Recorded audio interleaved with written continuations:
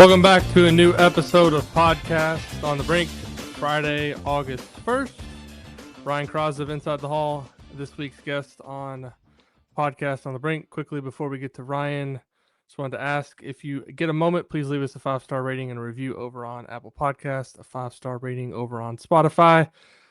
Helps us grow the show, helps more people find our podcast if they're searching for IU basketball specific content, which good chance that people will be over the next couple of weeks as Indiana prepares for its trip down to Puerto Rico to play 3 exhibition games. Just had an open practice in Bloomington.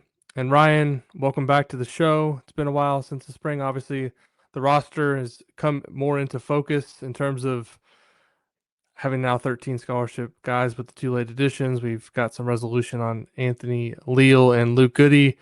But wanted to start off with just the idea that Indiana basketball opened its doors to the media earlier this week for a practice in Bloomington. I believe it's the first time that we've had an open practice at IU since the Tom Crean era. Didn't have one in the Archie Miller era. Didn't have one under Mike Woodson. Good opportunity for the media that was there to get a chance to just kind of get a sense for what they're working on, what a practice looks like, the organization, which I wrote about on Inside the Hall. But Ryan, you had a chance to read what I wrote, read some of the other coverage from around the beat, and just your big picture thoughts on the fact that we're getting, for the first time in a long time, a glimpse behind the scenes of IU basketball. And I think with all of the turnover, the new coaching staff, completely new roster, the opportunity to not only see practice but talk to all these players, I think it's been a really positive thing just in terms of the fan base getting a little bit more familiar with this team. Yeah, I think big picture wise with it all, to me, it goes back to when Dolson was looking for the next coach and what he said in that initial press conference. And I think what he's gotten in some sense with Curt Cignetti is that CEO type. And so I when I look at what's going on this summer with the program, not to say older regimes haven't put stuff out on social media, but I think between some of the social media clips in practice, actually inviting a team in, or media in rather, to view the team, I think when you think about that role, whether I guess people like it or not, I mean, the Indiana coach, and I think a CEO type, is got to be a communicator and it's got to be a marketer. And so I think that his ability to kind of bring everybody in and like show off the product. He talked about it a little bit in his initial press conference when he was initially hired, and now the doors are actually open for people to see that high energy. A lot of chatter going on, and him talking about if there are days when some kids are a little bit lower because everybody else has such high intensity, has such high energy in the time that they have, that can kind of pick everybody up. And yeah, it's about, being a CEO is like giving confidence to Wall Street, giving confidence that the product that you're selling and the direction that you're heading is good and it's right. And it's the right decision, so to speak. And I think looking at it from that framework, I think is an interesting way to sort of look at the decisions that have been made thus far with how things are being communicated and marketed. And, but I think beyond that, it's a good kind of glimpse into a brand new roster. And frankly, unlike almost any other time, maybe I guess a little bit the very early Tom Crean days where things were quite different. This is the first time in sort of this new era as well. Something he's comfortable with doing because he did it last year at West Virginia to pretty great success. But this is such a new team that there's also, I think, more of a hunger maybe at this point in the season to know who the hell these guys are, I guess, right?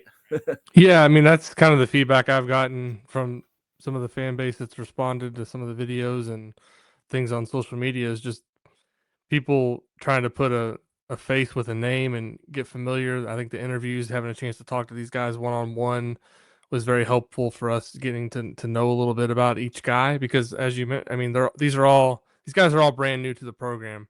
And from the practice specifically, I can't claim to be someone that's watched a ton of college basketball practices. I do remember going to a Tom Crean practice that was 2.5 to 3 hours long and thinking to myself, I really wanted to come see practice. And after about 75 minutes, I was like, we still have another hour and a half to go. This is getting long, so I was appreciative of the fact that we got a look inside the other day, but it was just an hour long. But to me, the thing that was most impressive was just the organization and how things moved within the practice. They came just to kind of give everyone a brief overview of what it was like. You know, they come in and the strength and conditioning coach is out there with his blowing his whistle, which I guess that's a thing now. We've had that with Lionel Anderson going back to the Crean era, Cliff Marshall, Ryan Horn, the strength and conditioning coach now, kind of the same thing, kind of getting the energy in the building, but a lot of communication between the players as they're going through stretching. There was loud music playing, but you can kind of tell like it's a very scripted type of practice. Like they're going to do the same thing to get loose and get ready to go. But then once practice started, there was a lot of emphasis on doing things at game speed and repetition, doing things that will actually like translate to a game, not just basic drills. So there was a lot of pace, a lot of energy, a lot of communication, a lot of guys talking. The coaches were constantly pointing things out, not in a negative way, but just kind of giving feedback on letting guys know, like, you know, maybe go a little bit harder this way, or you missed this small detail. But there was no time when anyone was not in movement. That really impressed me. And by the end, you could tell guys were fatigued. I mean, there was short breaks in between drills for like water, but they were really short, like a minute long, and the guys were talking and constantly. And that to me, that was the most impressive thing, was just the pace and the energy that was in there. And if they're doing that every day, that's a lot of work that they're putting in. And I was really impressed. I talked to somebody who's been around the program for quite a while and asked them how it compares to a Mike Woodson practice. And again, this is not to disparage that regime or in any way, but just a completely different way of doing things in terms of the organization and the pace of everything. So to me, you know, what's the old saying is like, you play how you practice. If there's any translation to that, you can definitely tell that this is going to be a team that's going to be very prepared.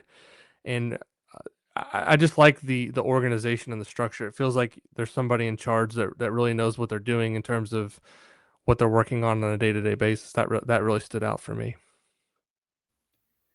Yeah, I mean, look, you mentioned the Woodson regime there a bit. I think we're still in that period where it's kind of impossible not to compare it back, right? Right. So I think to that end, couple things that stood out there. I know it's kind of that theory of opposites that I think last time I came on, maybe I briefly touched on, and it's from X's and Joe's, Mike Weemuth. Not the only pronunciation I'll probably mess up today, but he talks about this, right? That in looking for the next coach, sometimes you look very differently than what you had in the past, from the past coach to kind of just set a new path there, so to speak. And I think that a couple things with him. One is you mentioned him at the top here. That's Nick Reinhorn, rather, Yeah. the strength and conditioning coach. He was with him at Drake. He came with him to West Virginia, and he is now at Indiana. And he talked about in the press conference this idea that he knows what I do. I know what he does. If I push one day, he'll tailor it back, and vice versa. If he pushes, I know that I can kind of tailor it back one day. And there's kind of a symbiosis and a longer held relationship there, where you look back to Woodson, he inherited Cliff Marshall. And nothing against him. I know the kids really liked him. And for a staff that maybe, especially at the head of the staff, didn't bring a lot of energy, he certainly was the one doing it. But it was just somebody that was there. And, maybe they had a conversation. Not that I know the intimate details of why Cliff Marshall stuck around for the Woodson era. But I think that kind of shows the difference, that there's something to it with DeVries and Horn, where they have this relationship, and he has a little bit of longer relationship there. I would also say too, another thing that stuck out to me in this regard was he mentioned that the defense is behind the offense now, but that as they keep going along here for their ball screen coverages, using the term "we" is like as a staff, but also as the players, we're going to keep going. We're going to find out what works best for our personnel and what we feel most comfortable with. And yeah, that may need to change here and there, but I think that's such a different philosophy than Woodson, who, at times said, nail slot rim. This is what we do. We're never getting away from it. Even if the personnel that they had, they didn't really have these long rangy athletes to be able to help one pass away and get back to the ball. And so, and sometimes when I say this, is like, feels a little like common sense. You take what you have and you make the best of it. But it's another one of these where the bar is sort of at for overall philosophy and the program. And really, too, he, just hearing him speak, he has such like a familiarity with like the seasons of college basketball, like what the summer is in college basketball and what you have to throw, especially at a new group, all this stuff kind of rapid fire, and they got to kind of pick it up as they go. And he just, because he's been a college coach for so long, I think some of this stuff is such an ingrained second nature, how he goes about everything, and he knows the calendar very well. Well, again, if you have somebody kind of coming in from the NBA ranks that at this time of the year is maybe not used to having to do anything, right? Because this is kind of the very, very dead period of an NBA calendar with, I don't know, I guess summer leagues wrapped at this point, and not that head coaches are super involved there, but you get what I'm saying. So I think that those things have really stuck out to me, just in terms of, again, really, really knowing what your philosophy is, how you want to play, how you run a program. That's coming across very, very clear to me and very naturally out of him in a way that I think does contrast with Woodson. Yeah, I mean, he's grinded his way through the ranks of college basketball. He was a long-time assistant coach at Creighton and really had to wait for his time to become a head coach. So it's not surprising that he kind of understands the role of what everyone in the gym should be doing, because he was in some of those roles that other guys on his staff are in. And something that really resonated with what you just said, like talking about we have to do everything. Just again, not to harp on the Woodson era, but it was always in the press conferences, I got to get these guys to do this. I got to get these guys to figure this out. It was never it never felt like it was a whole staff approach. And I got the sense that just the community of how this program is being run, just watching that practice for an hour, everyone has a role. Everyone in the gym is doing something. There's not someone just standing there, from student managers to the person running the clock, getting it to the next drill, to the guys who are in there as practice players that are doing different things. Everyone is in alignment with what's supposed to be going on. And that's one thing that really stood out in terms of the organization. Now, from what I actually saw from a basketball perspective, you mentioned the offense being far ahead of the defense, or ahead of the defense. I would say the offense is very far ahead of the defense right now. The last 15 minutes or so of practice, there was a long sequence where there was Josh Harris, Ian Stevens, who's a walk-on, and three other guys who aren't even on the team that were going on offense against the first team defense. And there was several possessions in a row where they got favorable looks and scored. And, they had to, the first team had to run back and forth. You could tell DeVries was a little bit annoyed by that. But again, it's the end of a practice. So that's kind of when you want to work on these things from a defensive perspective. So the other thing is, they brought in a ton of guys who have a really strong offensive reputation. Reed Bailey, Lamar Wilkerson, Tate Connerway, obviously known a little bit more for his defense, but a lot of guys with different skills offensively. So it shouldn't be particularly surprising that would translate quicker than learning for a brand new defensive system for a lot of these guys, some pack line principles. There was a lot of emphasis on positioning and rotating and getting out the shooters and things like that when the ball moves around the perimeter. So a lot of detail there, but I think it's going to be one of those things where it's going to take some time for this group to get it defensively, and that's okay because it's a brand new group. It's a brand new system for a lot of these guys. You could definitely tell that Tucker DeVries and Connor Enright were kind of at the forefront in terms of knowing what to do defensively. So those were, from a basketball perspective, my big takeaways from a team perspective. But I'm excited to see the potential of what this can be offensively, because I think I made a note when I wrote. There's 9 scholarship players that were on the court. I think only one didn't take a three during the practice that I saw. That was Sam Alexis. Everyone else took a 3-pointer at some time. There wasn't a lot of.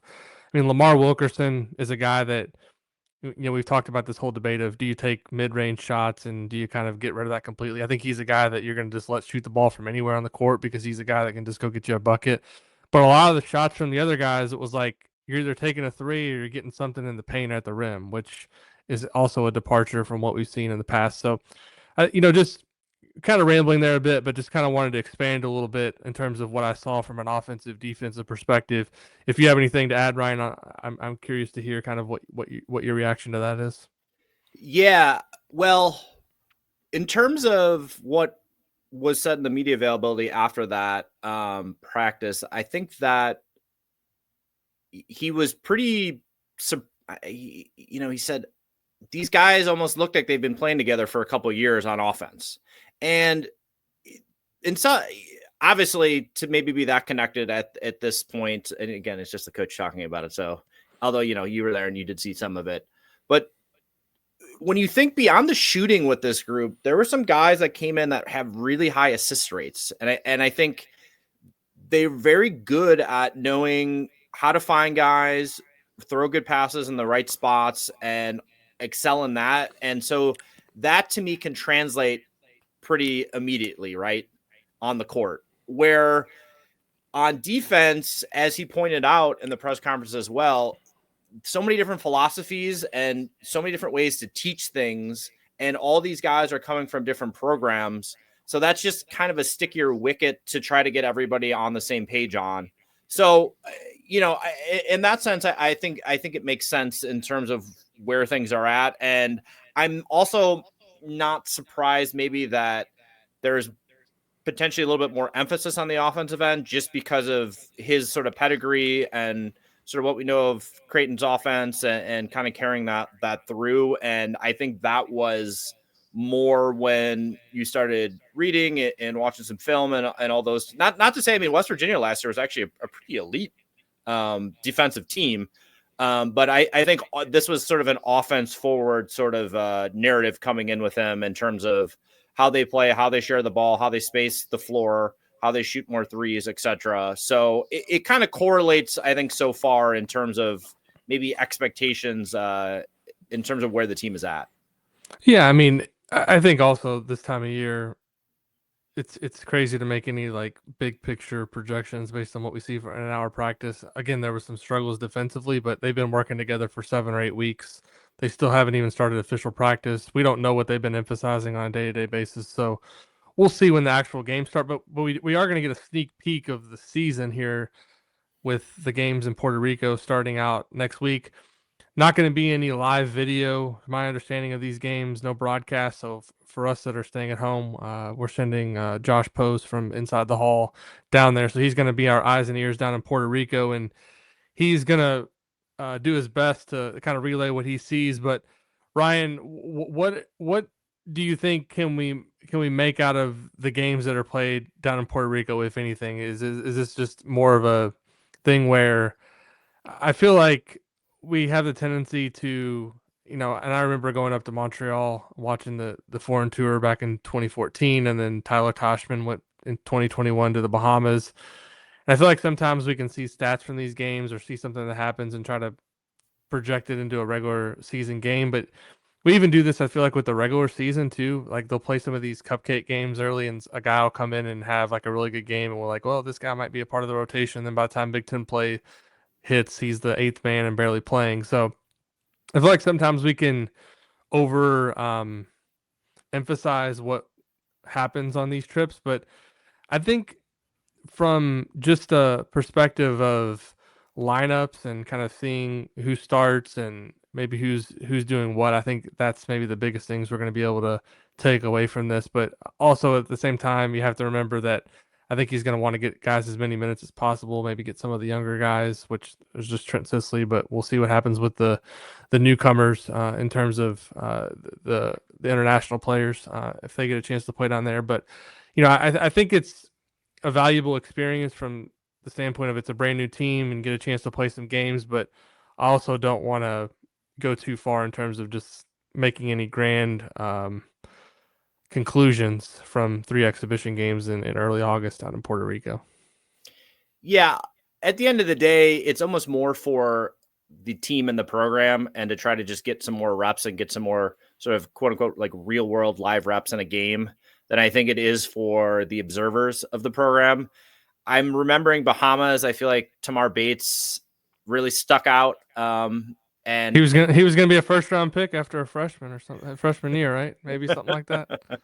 now he went on to have a pretty good college career at Mizzou, but in terms of an Indiana uniform, that didn't quite work out. And yeah, you're right. It's a small sample size. It's in a different environment than and kind of different class of teams than they're going to see during the regular season. So it's more, I think, about seeing the scaffolding in the architecture of the program and how things are run on the floor and maybe those sorts of things than it is the kind of drilling in on one player or one guy that might pop off and say, okay, well, this is going to be how it is, because yeah, it's just a different environment.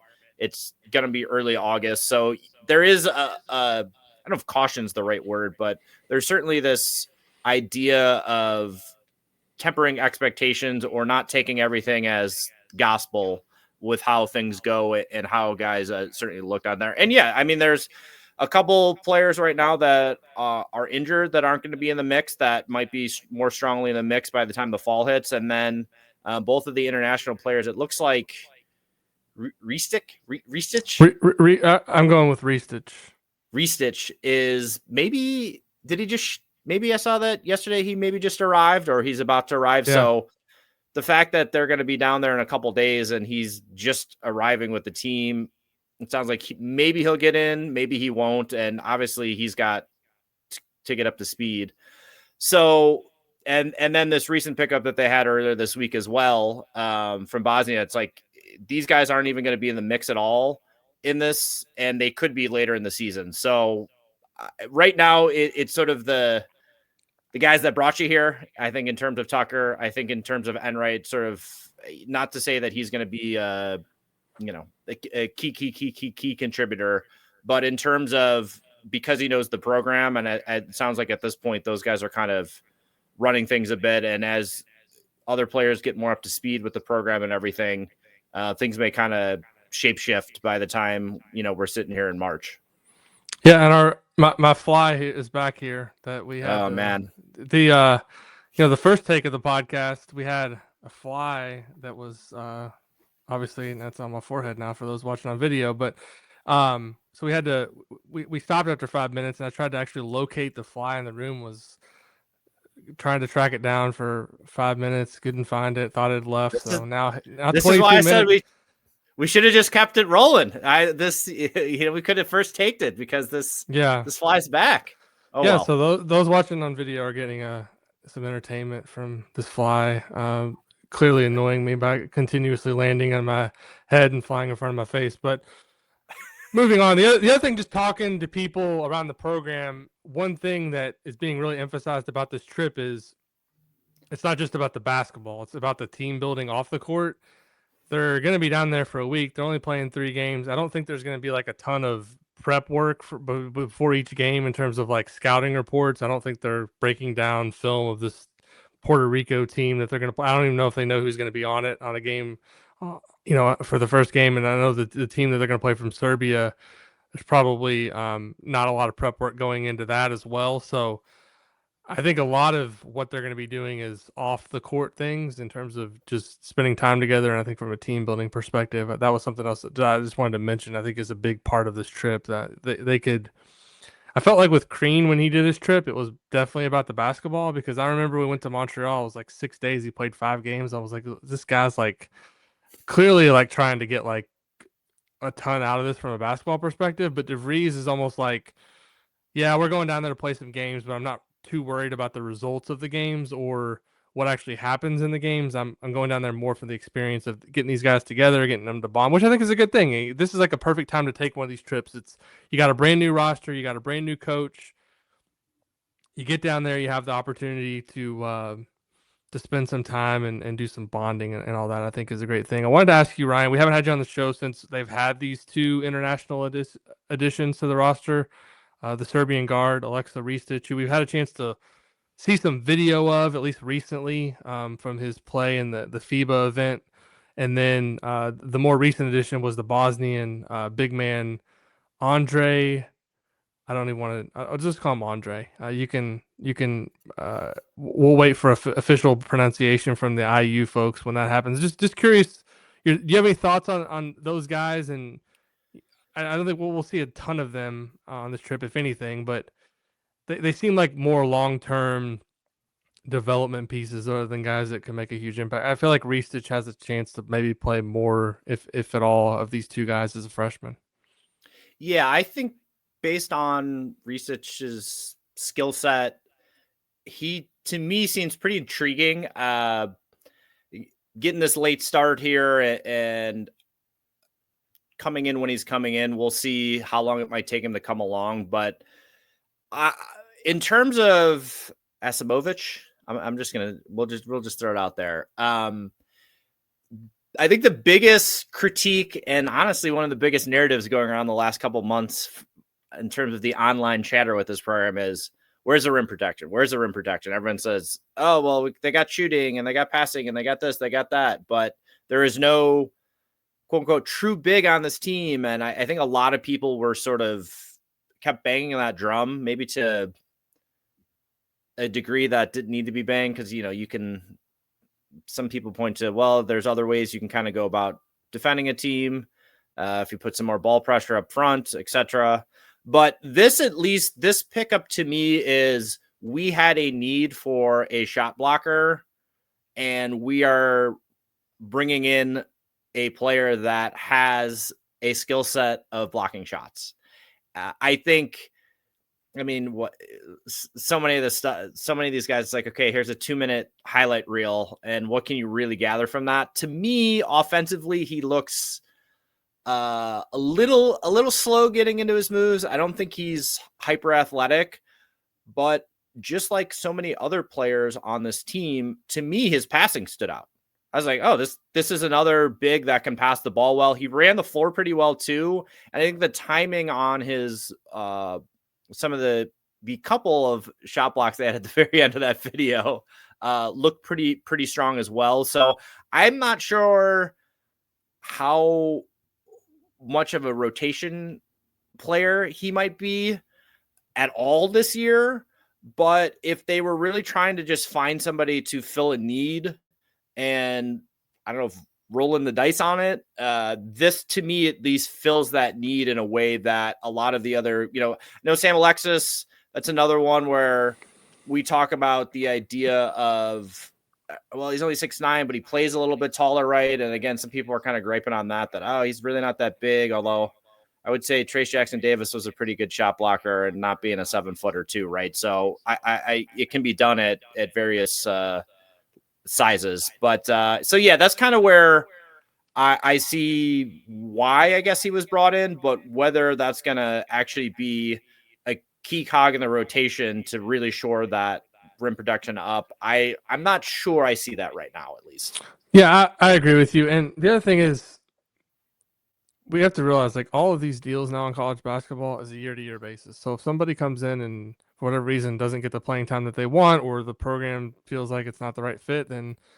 we kind of know how these situations end up. There's movement every year in college basketball. I'm not saying that's the case with either of these players, but there's no reason not to fill your spots and take a chance on somebody if you think there's potential. And who knows, this guy, he may come in for a year and not play at all and develop a lot over the season. Then next off season, he's someone that maybe next year you can put him in and play him 10 to 12 minutes. But I do think from watching practice, again, it was just an hour. I want to caveat this, but I do think that was my biggest concern with this group defensively was I mentioned that stretch at the end of practice where the kind of the walk-ons and a couple of managers and another support staff guy were playing against the first team. And when they got past that first line of defense and got the ball in the paint, there's not a rim protector. So this is really going to have to be a team effort in terms of how they're going to guard the post. There's going to be some nights in the Big Ten where it's not going to be great in terms of stopping teams at the rim. I mean, you look at Michigan, what they have. Morris Johnson came over from Illinois. Ade Mara came over from UCLA. They've got the transfer from UAB. I mean, again, elite team, projected top 5 preseason. Same thing with Purdue. They're going to have a really good front court. There's going to be some nights in the Big Ten where it's going to be difficult. But I do think that it's a it's a clear need for the program to bring some additional size in the front court and to find someone that can potentially develop into someone that can help protect the rim. And it's not you're not bringing this guy in to be the starter. You're bringing him in to be the 12th or 13th man. Same thing with kind of Restitch. It's like if you can develop these guys over the course of a year and make them into productive college players, I think that's also a good way to kind of tap into this international market. Maybe you can find some other players that you can point to these guys and say, hey, we brought this guy in. He didn't have a ton of options, and we developed him into, a guy that can contribute in the Big Ten level. I think it can only help, and I do think it's also smart to just kind of go international looking for players and talent because basketball is a global game at this point. And you look at what Illinois is doing. You're looking at what all these other programs are doing. Indiana's never really done that, and with the resources that they have and the fact that they can pretty much go anywhere to scout guys and look at guys, I think it's smart to kind of open this door and see what's out there. And who knows, maybe it leads to other opportunities in the future. If there could be a coach or an agent or somebody that looks at this and says Indiana did a really good job with this player, we want to send our guy there. Well, that's just how college sports and really, drilling down to college basketball is now, that because players are getting paid, there is a much bigger, more robust international market for players to come in. And I think some teams have been more advantageous with that and have gone after that in the last year or two. And late in the game, in terms of when these pickups happen, the Indiana staff identified a couple players as well. And I think as time goes along here, there's going to be probably even more of it, because it's almost one of those. I mean, there's two things with it. I think it just expands the talent pool, and you can get a better team if you're really out there looking internationally instead of just in the high school ranks or, in the transfer portal for players.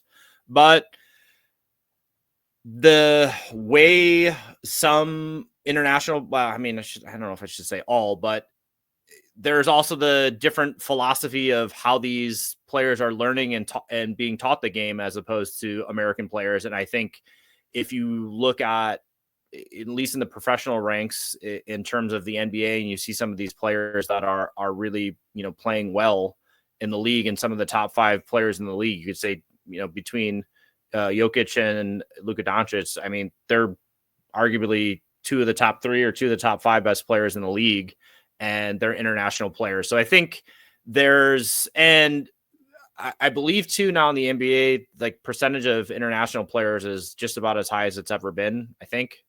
I don't know. Maybe I need to look that up after the pods. We'll get our fact checker on that. But no, that's right.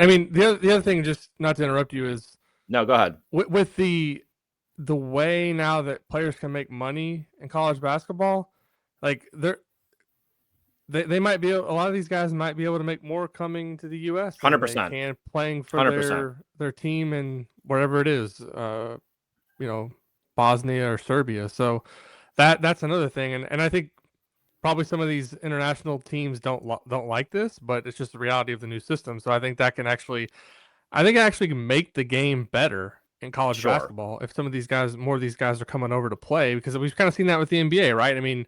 30 years ago, there weren't this many international guys playing in the NBA. You mentioned Jokic, Doncic, Giannis. It's just the list goes on of great players, and it's a global game. So I think it's smart for Indiana to tap into this market and try to bring over players that fit kind of what they want to do, and I think it can only be a good thing for the health of college basketball.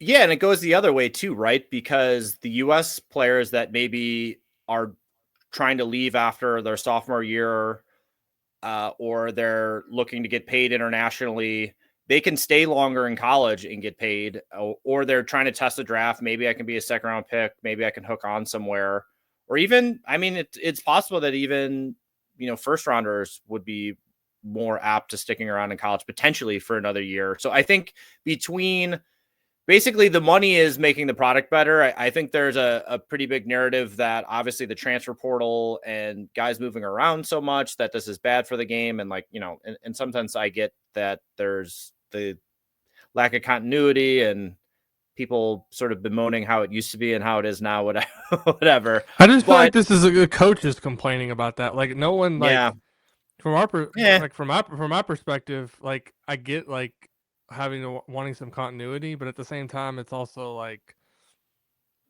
it's made the sport more of a year-round sport, right? I mean, sure. we're talking about college basketball more days out of the year than we ever did before, because think about like before the portal, like your team was pretty much set. Maybe you got a couple a spring recruit or two, and then it was basically like April and May were pretty quiet, and then you look to July for recruiting information, who coaches were watching. That now it's like the opposite in terms of high school kids are kind of taking a little bit of a backseat, and the portal is we can just see it from the interest in the website, right? I mean, the portal, the last couple Oh of yeah. years, there's more interest in that at times than there's actual games. So I think, you know, I don't necessarily agree that it's I don't disagree that it's a bad thing in some situations, but also I don't think we're gonna get back to the way it was. So you just have to No, embrace the new era, and it is what it no. is. Well, Agree. that's life. That's the way the world moves. Some things change, and uh, especially if you're going to be a coach and you're going to try to be successful in this modern era, you got to adapt. So I No, just think, you have to yeah, embrace it. So If you don't, if you're gonna complain about it, I mean, then you've got I mean, they're 1 foot out the door. I mean, there's already been some coaches that have said just we don't want to quit. do this. We're going to get out of there. But Yeah. I think I mean, it's a whole other conversation in terms of like Yes. where this ends up. But and there's so many different moving pieces with this that um, I think we'll eventually get to a place where there's a more set in stone system. But anytime there's like this big of a disruption in any industry, like there's a lot of steps you have to take along the way to get to the finished product. And this is just kind of where we are. So just embrace it, enjoy it. I think for Indiana, it's actually a really good thing because they're going to be one of the programs that's going to have among the top resources in the sport. And for a long time, I think Indiana fans would complain like, well, these programs buying these guys, this guy, we can't get some of these guys. And I think Indiana now is more on a level playing field, and I think long term it has a chance to really up the talent level in the program. I think in terms of what the revenue share is going to be spent towards men's basketball in Bloomington is going to be as high as any in the Big Ten. And I think the NIL opportunities, when we get some more clarity on how that's all going to be all going to work in terms of this new commission that's going to approve the. Again, I still don't understand how this is going to work. Like when the portal actually opens, like are they gonna actually like look at every NIL deal that comes across their desk and say if it, like I don't know how many people are gonna be working on this, but again, whole other conversation. Last thing, Ryan, before we get you out of here, just what from just a basketball perspective, if anything, are you gonna look for in these Puerto Rico games? Like in terms of like the games, are you gonna be looking for from a statistical perspective, like how many threes they're taking or anything, or does any of that stuff matter at all?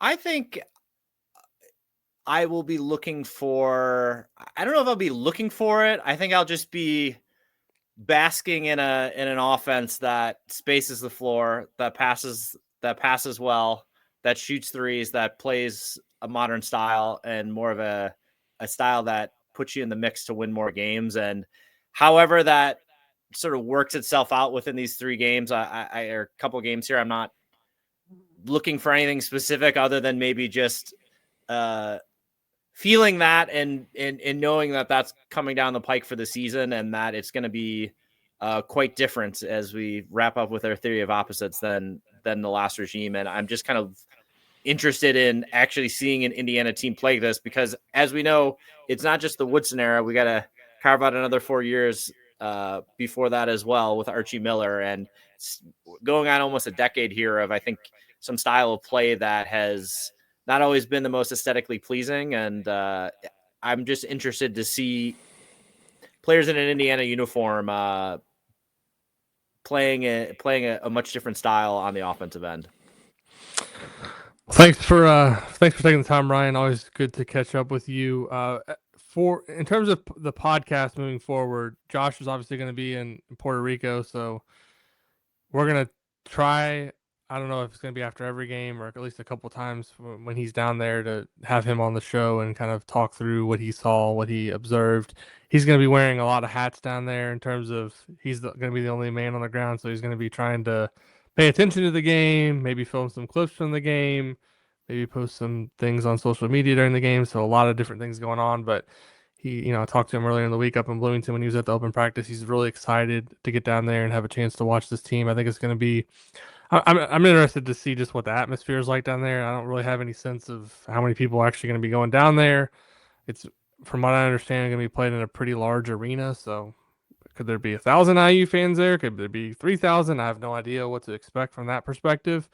So we don't even have a firm schedule at this point in terms of game times. And people keep asking me, I mentioned earlier, as of right now, no live broadcast planned of the game. Who knows? Maybe someone in the stands will live stream the games on YouTube. Who knows what's going to happen with this? So we'll be curious to see how that all plays out. But we'll have you covered every step of the way. Again, Ryan, thanks for taking the time to come on the show. Really enjoyed the conversation. As always, happy to be here. As we mentioned at the top, please, if you get a chance, leave us a rating or review over on Apple Podcasts. 5-star rating, preferably with a review, and a 5-star rating over on Spotify. I've noticed gotten a few of those lately, so appreciate everyone that's taking the time to do that. And we'll be back soon with another episode of Podcast on the Brink.